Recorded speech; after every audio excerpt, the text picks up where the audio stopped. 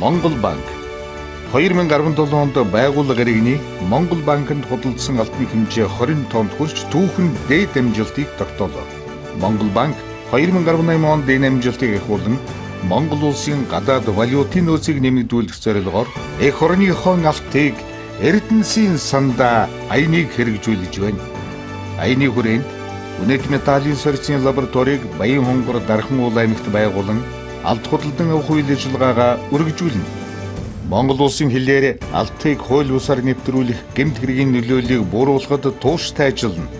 Хариуцлагатай уулуурхайг дэмжиж төрийн болон төрийн бус байгууллагын уялдаа холбоог сайжруулна. Үнэт металлын сорьцын хяналтын газраас алтны сорьцыг цахимаар хүлээн авч таны цаг хугацааг хэмнэх болно.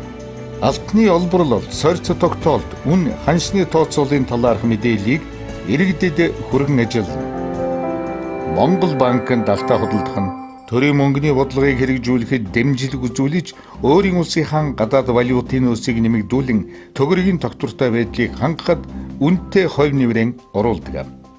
Монгол банк таны худалдах алтыг дэлхийн зах зээлийн үнээр тооцсон авч төлбөрийн өдөрт нь шилжүүлж ямар нэгэн санхүүгийн эрсдэлд орохоос тань сэргийлнэ. Банкнд алт худалдахад ердөө дараах материалыг бүрдүүлэхэд л хангалттай. Байгууллагын хувьд лицензийн хуулбар, байгууллагын гэрчлэгийн хуулбар, сорьцын бичиг. Иргэдийн хувьд иргэний үнэмлэх, сорьцын бичиг.